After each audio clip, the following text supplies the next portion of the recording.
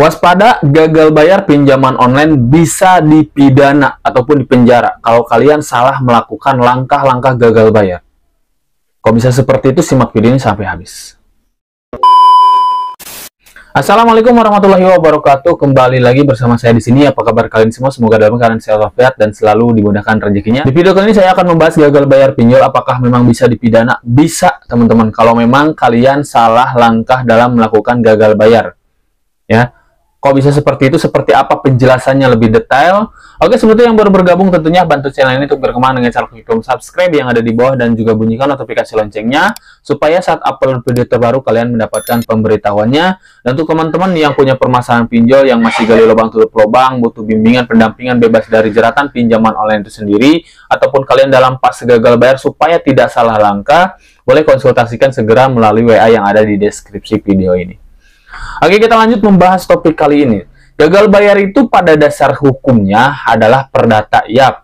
Tapi bisa dipidana kalau memang kalian salah langkah. Salah langkah seperti apa? Di sini saya jelaskan dulu. Hukum hutang piutang itu adalah perdata karena dilindungi juga yang namanya Undang-Undang HAM, Hak Asasi Manusia, di mana memang hutang piutang itu hanya sebatas perdata. Termasuk pinjol ini juga itu perdata, ya. Dan perdata untuk pinjol sebenarnya aman-aman aja, jadi tidak ada yang dibawa ke pengadilan, tapi hanya sebatas data rusak masuk dalam slip BI checking, FDC ataupun pusdafil.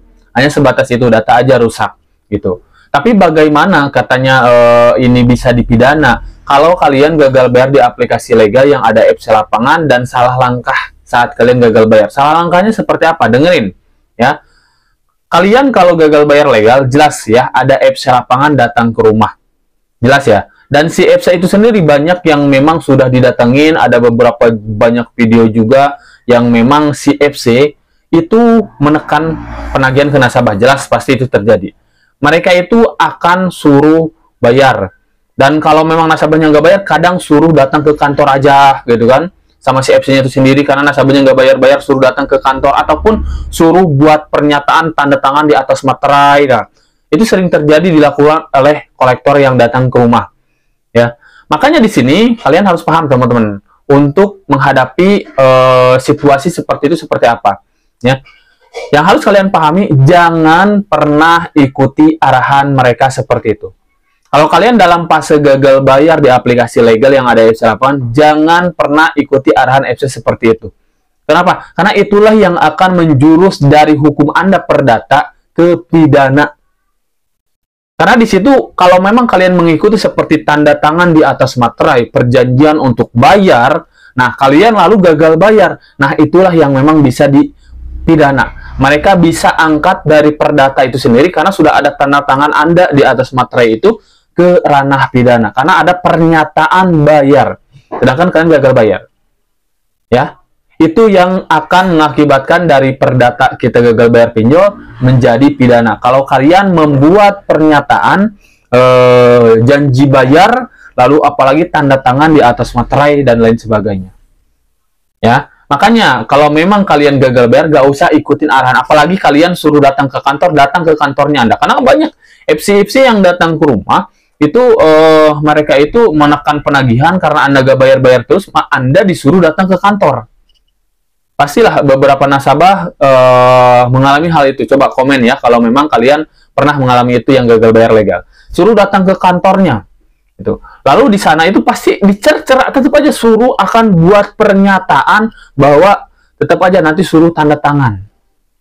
Nah, jadi poinnya bagaimana supaya tidak terjadi hal-hal seperti itu, jangan ikutin. Jangan ikuti arahan-arahan mereka. Intinya, kalau memang kalian gagal bayar legal yang ada apps lapangan, mereka suruh seperti itu, tetap aja kunci Anda adalah tetap tidak punya uang untuk bayar ataupun belum bisa bayar. Belum bisa bayar, nanti ada uang saya bayar. Cukup itu aja. Satu. Ya, jangan apapun. Jadi cukup itu aja satu. Intinya saya belum bisa bayar, kalau ada uang saya nanti bayar. Udah.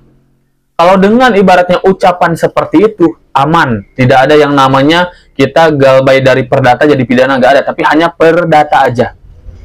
Ya, pahami teman-teman ya. Jadi jangan sampai salah langkah. Makanya di sini pun saya bimbing teman-teman itu, kalau memang lagi gagal bayar, supaya aman, kita bimbing gitu kan.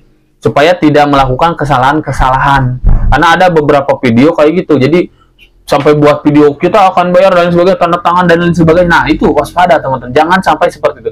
Intinya poinnya FC datang ke rumah tetap aja bilangnya belum bisa bayar, nanti ada uang saya bayar. Udah, gitu aja cukup.